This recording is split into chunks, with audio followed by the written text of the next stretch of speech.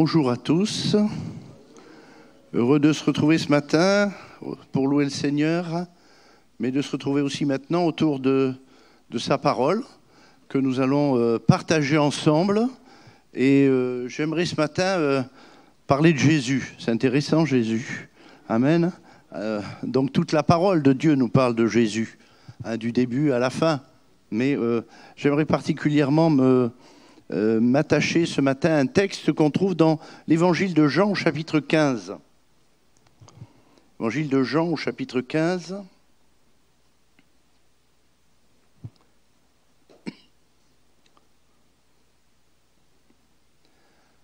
On va commencer notre lecture au verset 9 et on ira jusqu'au verset 17.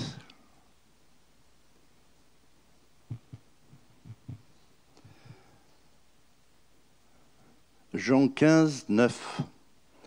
Comme le Père m'a aimé, je vous ai aussi aimé. Demeurez dans mon amour. Si vous gardez mes commandements, vous demeurerez dans mon amour, de même que j'ai gardé les commandements de mon Père et que je demeure dans son amour. Je vous ai dit ces choses afin que ma joie soit en vous et que votre joie soit parfaite.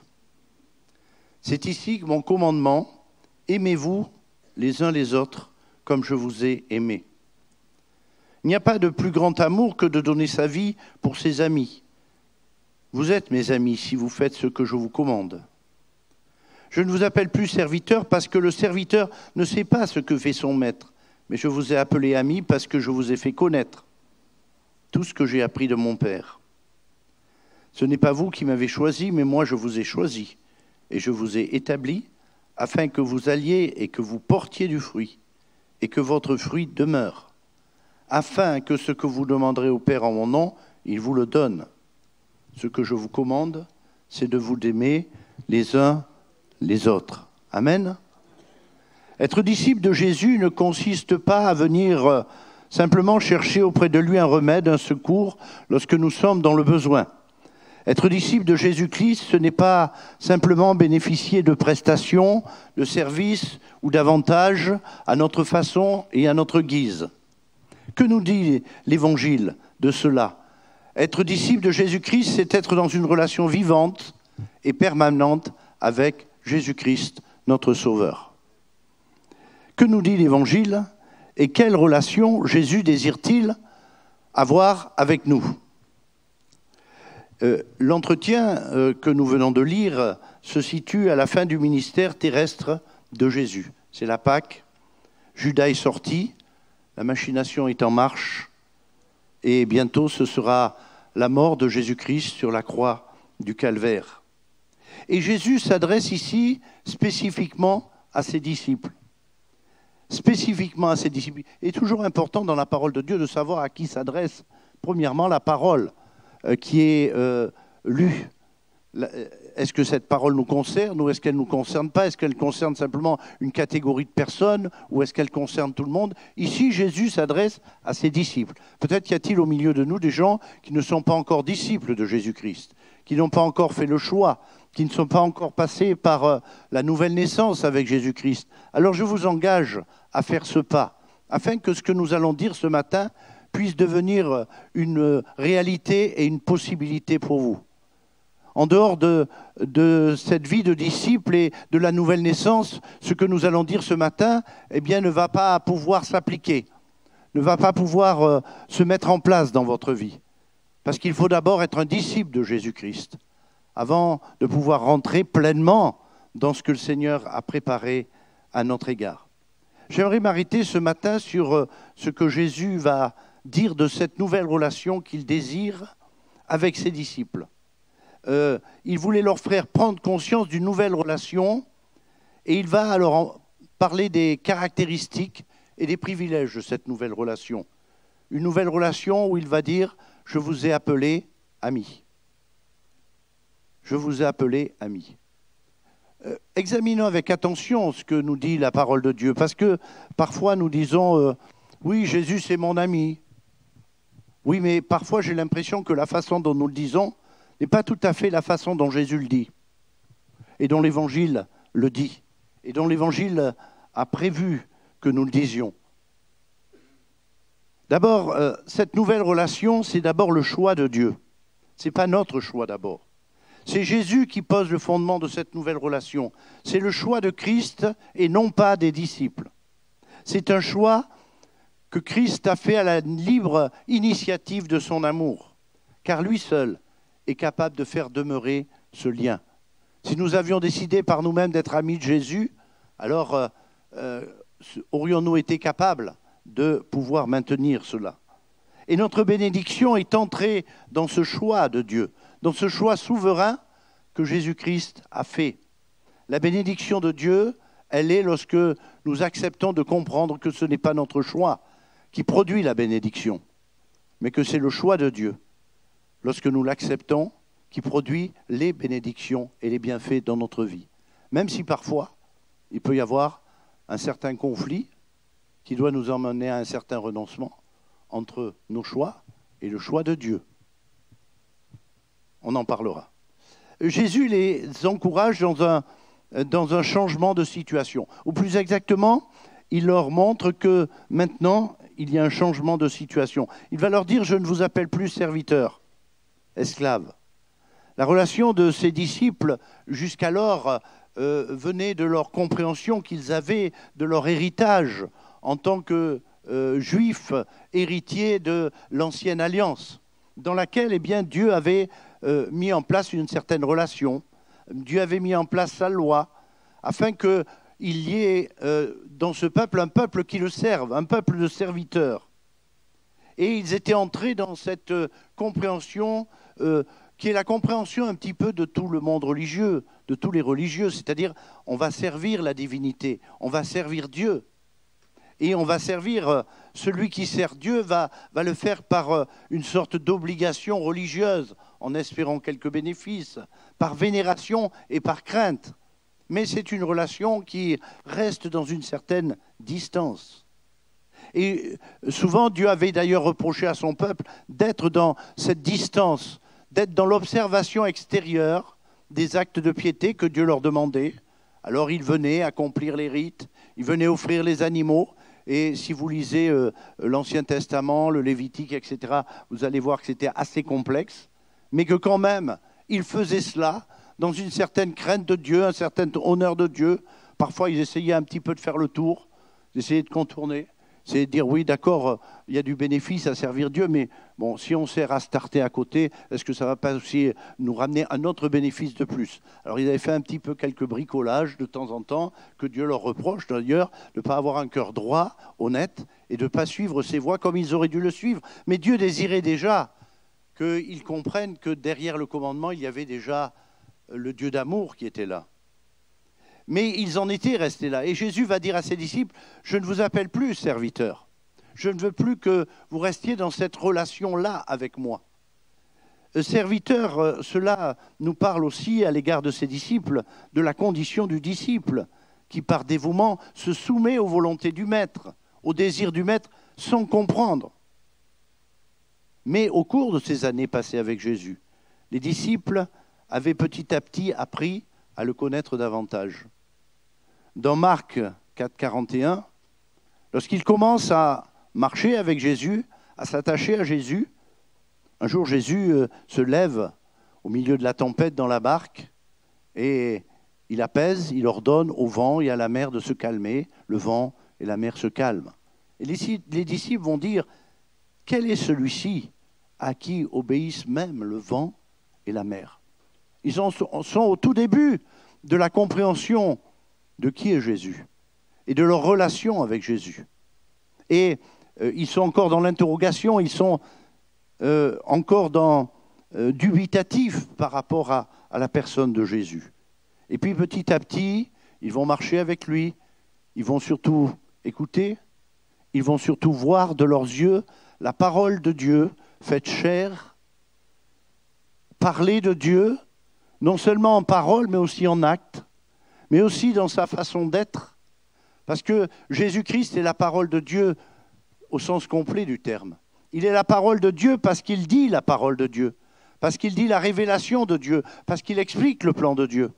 Mais il est aussi la parole de Dieu parce qu'il est la parole incarnée, ce qu'il vit, ce qu'il est et ce qu'il va subir jusqu'à la mort et la mort de la croix, est aussi le message de Dieu, inscrit dans sa chair, qu'il va vivre et qu'il va montrer au monde entier et d'abord à ses disciples. Et puis, la progression se fait dans la révélation pour les disciples. Jusqu'à la confession de Pierre, Jean 6, 69, « Tu es le Christ, le Saint de Dieu ». Quelle progression entre « Quel est donc celui-ci à qui obéissent le vent et la mer ?» jusqu'à arriver à dire « Tu es le Christ, tu es le Saint de Dieu, tu es l'unique, tu es l'envoyé, celui que nous attendions depuis des générations et des générations, des siècles et des siècles, celui que les prophètes avaient promis, et enfin, celui qui accomplit le plan de Dieu pour le salut de l'humanité. » Sommes-nous simplement, pour nous, dans une relation de vénération et d'observance des choses de Dieu, ce qui est déjà une première étape, bien sûr, mais est-ce là ce que Christ veut pour nous? Est-ce le point auquel nous devons rester, ou sommes-nous prêts à aller plus loin? Alors, j'aimerais parler de cette appellation. Jésus dit, « Je vous ai appelés amis. » Je vous ai appelés amis. Ce n'est pas « je vous appellerai amis ». Déjà, il leur dit, vous êtes dans cette situation. Déjà, pour moi, je vous considère comme mes amis. Vous êtes déjà dans la condition d'amis. Je vous ai appelés. Mais vous savez que la façon dont on appelle les gens signifie quelque chose. Si je vous appelle ami, alors là, ce n'est pas Jésus, hein, c'est moi. Bon, ben voilà, ça veut dire une certaine chose. Si je vous appelle frères et sœurs, d'ailleurs, moi j'aime bien que les gens dans l'église de Jésus-Christ, c'est une bonne chose que l'on s'appelle frères et sœurs, parce que ça signifie qu'à quelque part, on a quelque chose de commun. On a un Père céleste en commun, enfin, je pense, hein, voilà. Ça signifie quelque chose, la fraternité chrétienne. Ça signifie quelque chose qui passe au-delà de toutes les conditions, de tous les barrages, de toutes les situations humaines. S'appeler frères et sœurs. Bref, laissons cela, mais revenons à notre définition. Je vous ai appelés amis. Je ferai ici une remarque générale. Lorsque la parole de Dieu nous présente certains termes en relation avec Dieu, nous avons souvent, nous, dans notre tête, aussitôt, le réflexe d'y projeter nos propres définitions humaines et contemporaines. Par exemple, si je vous parle de la colère de Dieu, alors on va se dire, ah oui, moi aussi je suis en colère. Et puis on va dire, ah oui, mais je peux être en colère parce que Dieu est en colère. Oui, mais attendez, mes amis, la colère de Dieu n'a rien à voir avec la nôtre. Souvent, notre colère, c'est la manifestation de notre ego qui, à tort ou à raison, a été blessé, qui a été un peu secoué, contrarié. La colère de Dieu, c'est l'expression de sa sainteté, de sa justice. Il n'est pas comme nous. Donc même quand les mots se ressemblent, attention à ne pas projeter sur les mots de la parole de Dieu, ou sur les mots que l'on attribue à Dieu, qui ressemblent aux mots humains. Quand on parle de la jalousie de Dieu, on dit, oh, c'est pas beau, Dieu est jaloux. Oui, mais ça n'a rien à voir avec notre jalousie. C'est l'expression de son amour exclusif, ultime pour nous, et non pas simplement le fait d'être en compétition, hein, etc., etc. Donc veillons quand nous parlons de Dieu avec des mots, parce que le vocabulaire humain est limité, et que nous sommes obligés de ce vocabulaire de ne pas changer Dieu en homme, de ne pas le voir à notre dimension, et de, à chaque fois, revenir à la parole de Dieu, pour revenir à la juste définition de ces mots en rapport avec Dieu. Ça, c'était une petite remarque de passage. Mais, donc, amis, venons à ce terme-là, entre aussi dans cette catégorie-là, dans une autre définition que nos définitions contemporaines. Être ami, selon notre modèle, c'est être dans une amitié mutuelle et symétrique, où les conditions sont fixées réciproquement. Oui, tu es mon ami, bon alors, d'accord, on est amis parce qu'on mange ensemble, on est amis parce qu'on partage des choses ensemble. Non. Jésus, notre ami, n'est pas avec nous dans une relation symétrique. Il n'est pas avec nous dans une relation symétrique. Par exemple, des parents avec leurs enfants ne sont pas dans une relation symétrique. Sinon, il y a une dangerosité. Les parents sont là pour élever, éduquer les enfants.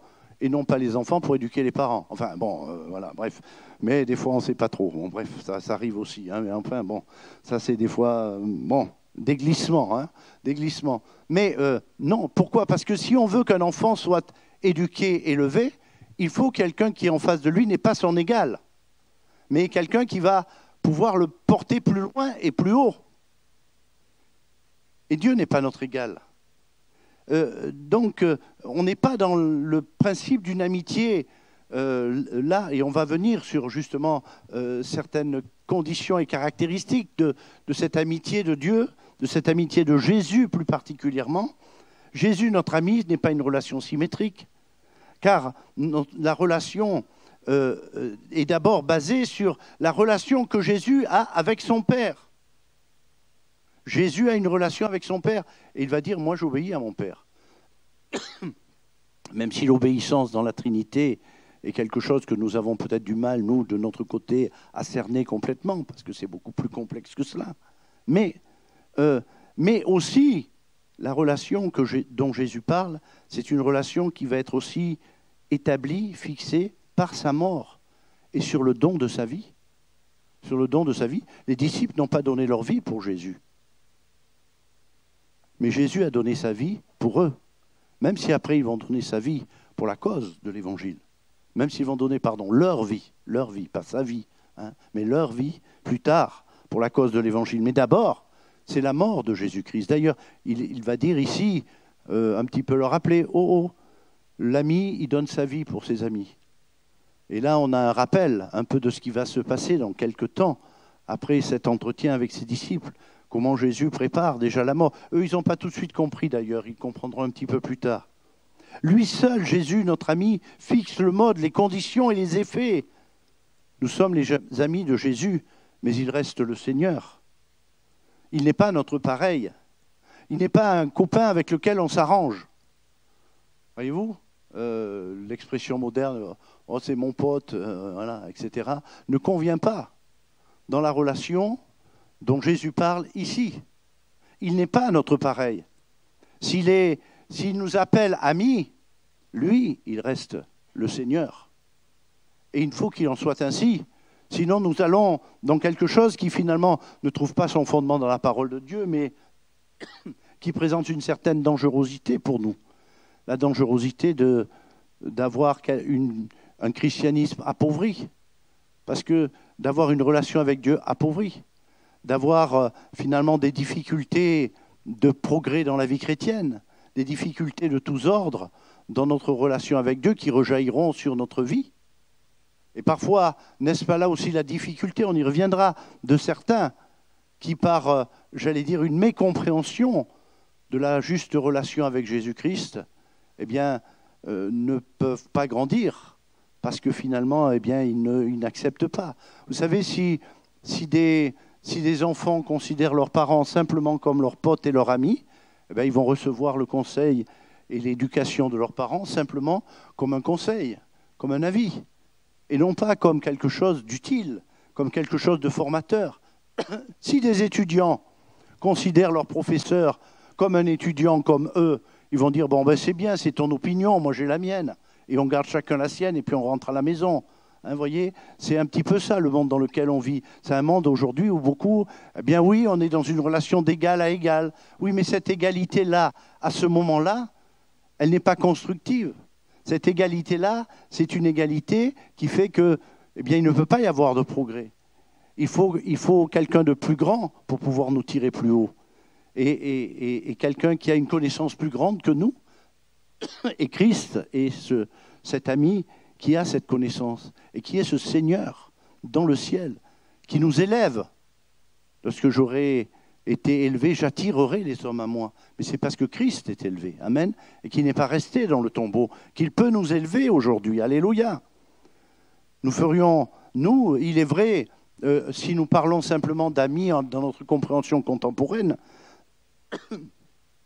l'obéissance, ce n'est pas un critère d'amitié. Si vous dites à quelqu'un, vous voyez, on reprend le texte, vous êtes mes amis si vous faites ce que je vous commande. Essayez de faire ça avec vos amis.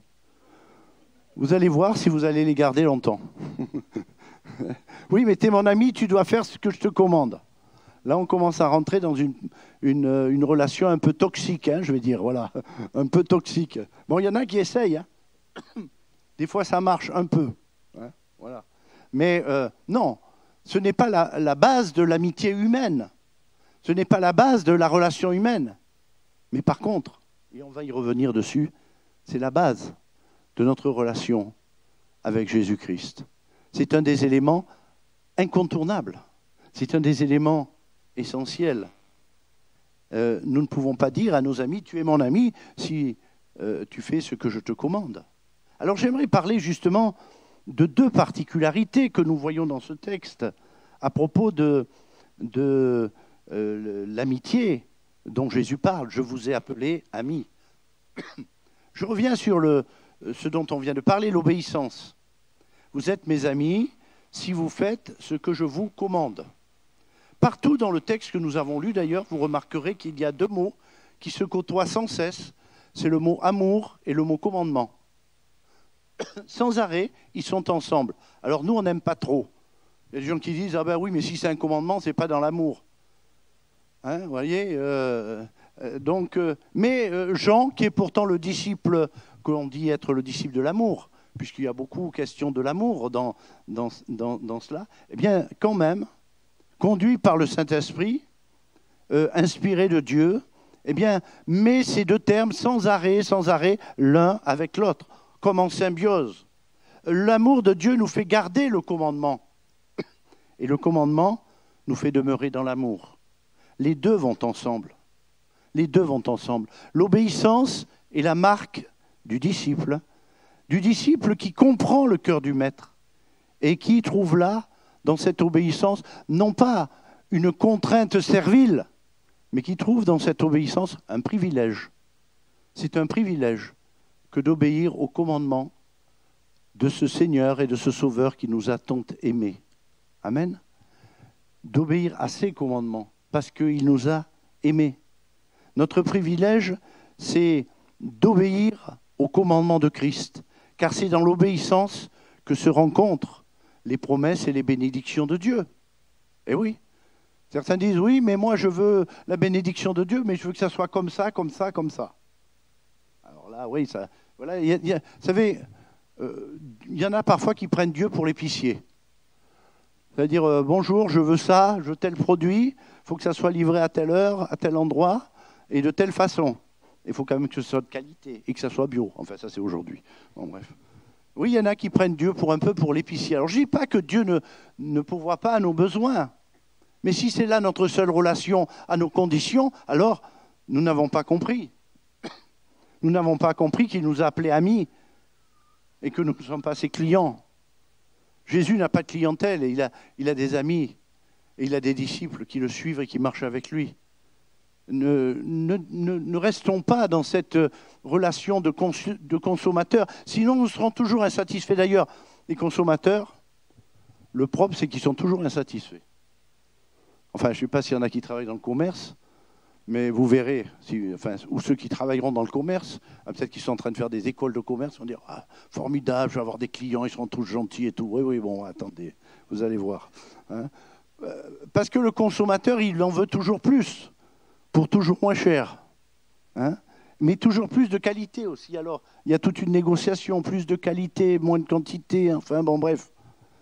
Et parfois, certains sont un peu avec Christ comme cela. Bon, pas vous, bien entendu, ça n'existe pas à Bordeaux, mais enfin, bon, voilà. Faut quand même qu'on soit vigilant parce que notre réflexe naturel et notre réflexe d'homme du XXIe siècle et de femme du XXIe siècle peut rejaillir aussi parfois sur notre réflexe avec Dieu, sur notre relation avec Dieu, sur notre façon de comprendre la relation avec Dieu. Notre privilège, c'est d'obéir au commandement de Christ. Il n'y a qu'en obéissant que nous sommes sûrs de l'accomplissement de ce que Dieu dit. Dieu n'est engagé que par une seule chose, a dit quelqu'un, c'est par sa parole. Dieu n'est pas engagé par ce que moi j'exige, par ce que je demande, même si je le fais, j'allais dire de manière la plus totale et la plus globale possible. Non. Dieu est engagé par sa parole, et donc le Fils Jésus, qui a obéi au Père, on y reviendra dessus, eh bien, il est celui qui nous invite, nous, à notre tour aussi, dans cette relation-là, de rentrer dans l'obéissance. Une obéissance volontaire, active, qui est un privilège. Ne voyons pas l'obéissance, vous savez, depuis un certain nombre de temps et de décennies, on a vu l'obéissance, bon, je ne vais pas vous citer mai 68, mais quand même, hein, et aujourd'hui on fait même de la désobéissance civile un acte d'une grande valeur vertueuse et morale. La désobéissance est aujourd'hui vue comme quelque chose de vertueux. Hein. Ah ouais, soyez désobéissants, soyez comme... Bon, mes amis, je crois que nous avons assez payé pour ça. Les gens ont assez payé. Ça ne veut pas dire qu'il faut, dans la vie, ne pas réfléchir et ne pas réagir. Ce n'est pas du tout cela. Mais ne faisons pas de la désobéissance une vertu qui en viendrait même à désobéir à Dieu en disant finalement, c'est au Seigneur à s'habituer et à se conformer à ce que j'ai besoin. Et dommage s'il ne le fait pas. Deuxième particularité de... Excusez-moi. Deuxième particularité du fait qu'il nous a appelés amis. Sur quelle base nous a-t-il appelés amis? L'obéissance, mais aussi, ce texte le dit, la connaissance. Je vous ai fait connaître. Je vous ai appelés amis parce que je vous ai fait connaître. Pour Jésus, la différence entre un ami et quelqu'un qui n'est pas ami, c'est la connaissance, c'est la révélation. Cette amitié, la marque de l'amitié, se base sur la connaissance. Dans l'Ancienne Alliance, Dieu avait donné à son peuple une connaissance qui était une connaissance partielle. Le peuple connaissait la loi.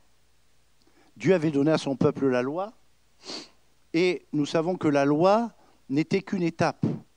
Elle était un pédagogue pour conduire jusqu'à Christ.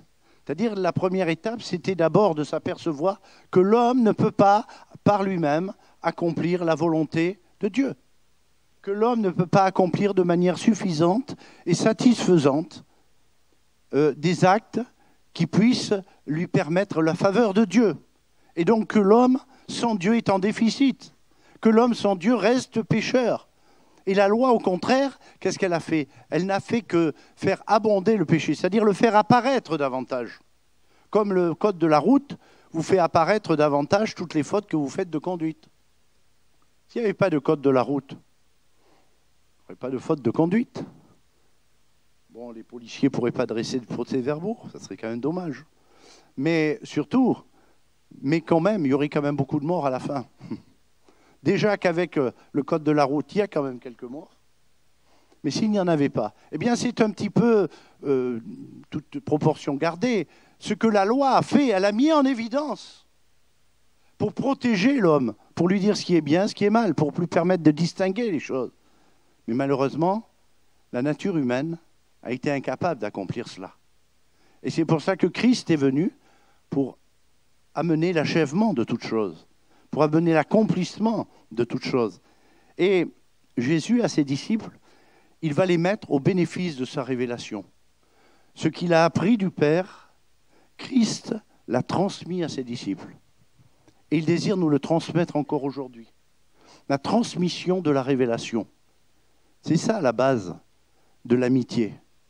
C'est ça la base du disciple. D'ailleurs, un disciple, c'est quelqu'un dont la vie est basée sur la connaissance. C'est étudiant, disciple. Donc, c'est quoi la matière d'un étudiant? C'est la connaissance. C'est la connaissance. Et nous, notre matière aussi, en tant que disciples de Jésus-Christ, qui que nous soyons, eh bien, nous sommes appelés à connaître par révélation dans nos cœurs, mais par révélation au travers de la parole de Dieu, par toutes les formes de révélation que Dieu nous propose, et de nous emmener dans ça. Et Jésus-Christ, c'est celui qui a explicité, développé, fait comprendre aux disciples, il fallait qu'ils meurent. Ah oui, ils n'ont pas tout de suite compris, il a fallu ensuite vraiment qu'ils assimilent la leçon. Mais Jésus leur a révélé ces choses-là. Je vous ai fait connaître ce que j'ai appris de mon Père. Le plan de Dieu, connu du Fils, a été transmis à ses disciples. Et nous devons aussi aujourd'hui encore recevoir cette révélation, grandir dans cette connaissance. Et c'est là bien, que le Seigneur nous attend et veut nous voir. Le défaut de connaissance ou une connaissance erronée va être la cause de nos mauvaises relations avec Christ et va être la cause de bien des maux dans notre vie chrétienne et dans notre vie. Un manque de connaissance. Et souvent, eh bien, quelque chose qui porte des conséquences dans notre vie chrétienne, dans nos progrès, jusque dans notre prière, dans notre façon d'être avec Dieu. Et parfois, justement, dans le retour, c'est-à-dire, parfois, il y a des chrétiens qui sont frustrés dans leur vie avec Dieu. Parce que finalement, ils ont un manque de connaissance de qui est Dieu. Et donc, ils ont établi les choses sur leur façon de faire, sur leur pensée à eux, au lieu de l'établir sur la révélation de Christ et sur la parole de Dieu. Et ce manquement, eh bien, cause, j'allais dire, ces problématiques et tous ces défauts. Donc, la particularité de l'ami, c'est véritable, avec Jésus, c'est la connaissance. Il connaît, il cherche à connaître. Il reçoit la révélation de Dieu dans son cœur. Et la parole de Dieu, il cherche à la connaître, non pas simplement par connaissance, j'allais dire, intellectuelle, ou par connaissance d'études, mais aussi par connaissance de révélation. Vous savez qu'il y a des gens qui étudient la Bible, qui connaissent mieux l'exégèse que vous et moi, le grec, le latin, le chinois. Enfin bon, ça, il n'a pas été écrit en chinois, la Bible. Hein, enfin bon, bref. Et qui pourtant restent en deçà. Parce que ce texte ne devient pas pour eux une révélation de Dieu. Mais nous, quand nous lisons la parole de Dieu dans la prière, eh bien cette parole, nous voyons qu'elle s'éclaire.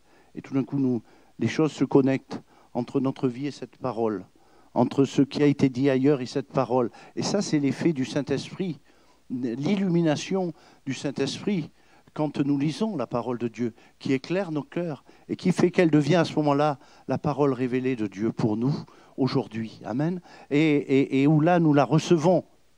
Alors, dernier volet sur lequel j'aimerais me pencher ce matin, qu'on trouve dans ce texte, ce sont les effets de cette nouvelle relation.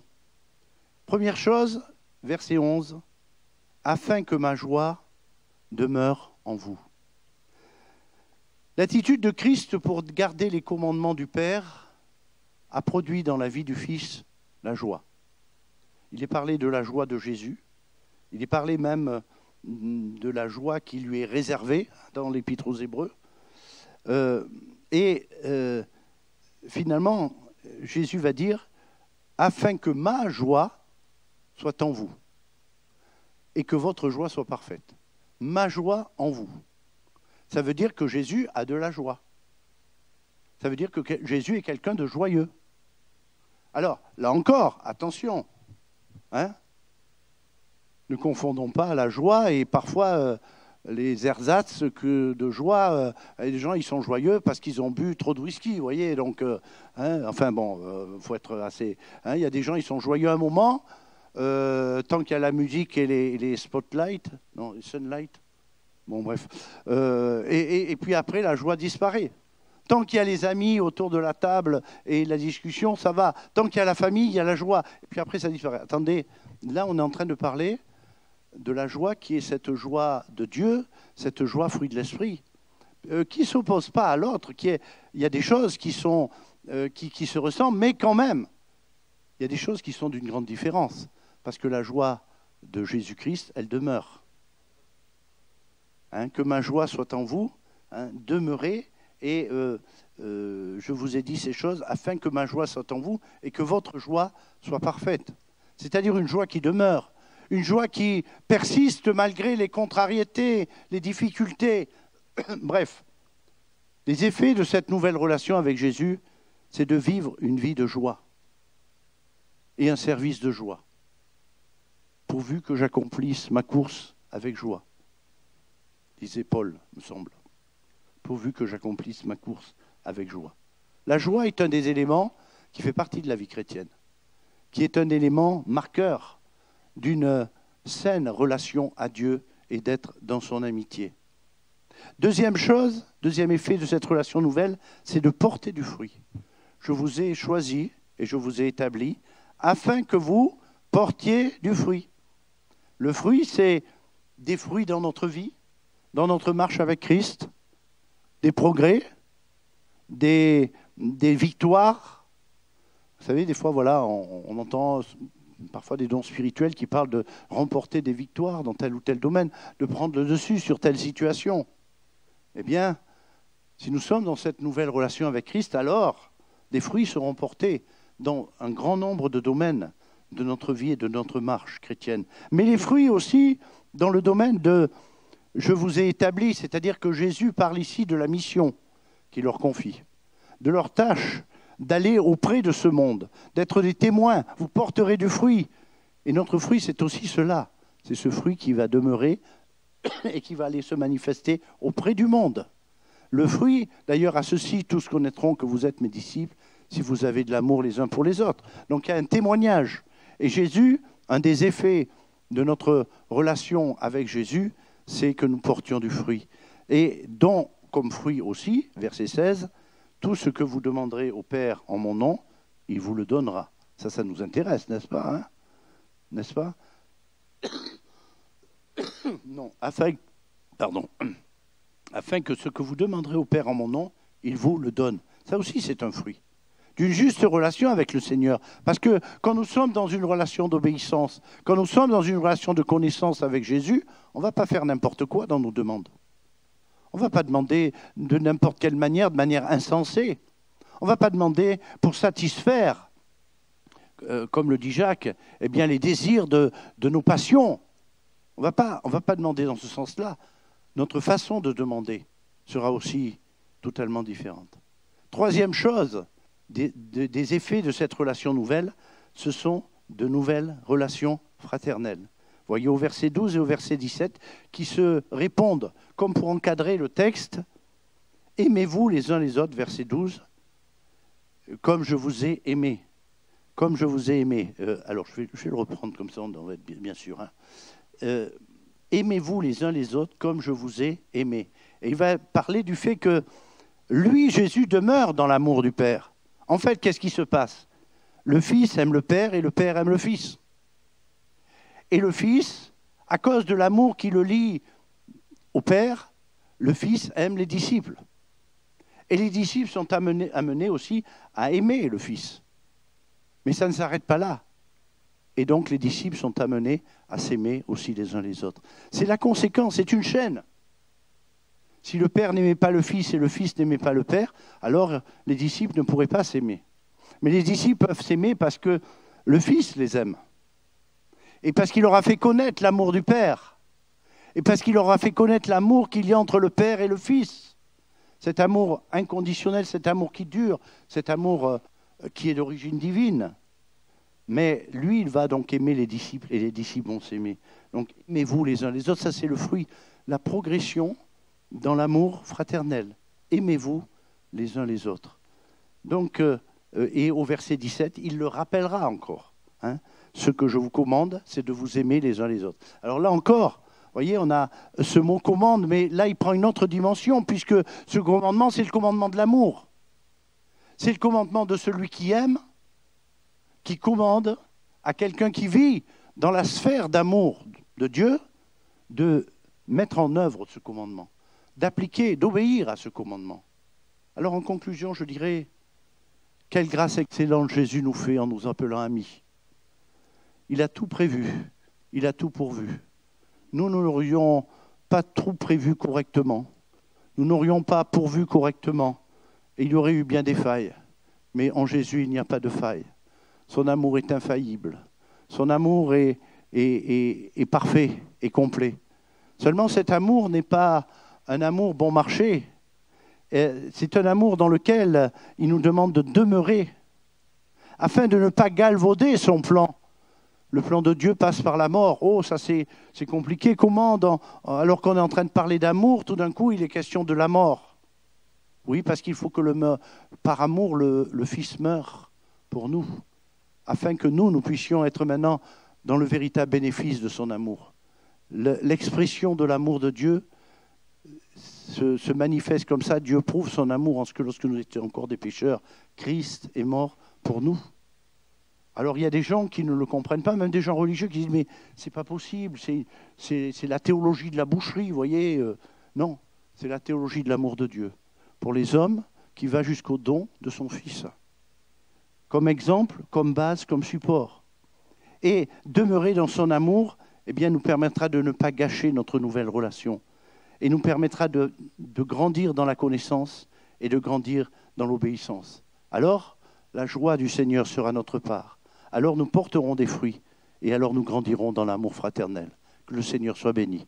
Merci pour ta parole, Seigneur, qui est là pour nous fortifier, qui est là pour nous instruire, qui est là parfois pour renouveler notre intelligence, notre compréhension de ton plan parfait, Seigneur, de tes conditions, de la situation dans laquelle tu veux nous voir et nous faire vivre, Seigneur. Et nous te remercions, Seigneur, ce matin de ce que tu nous as permis ainsi de plonger nos regards dans ta parole, qu'elle puisse en nous porter du fruit. Amen, Seigneur. Amen.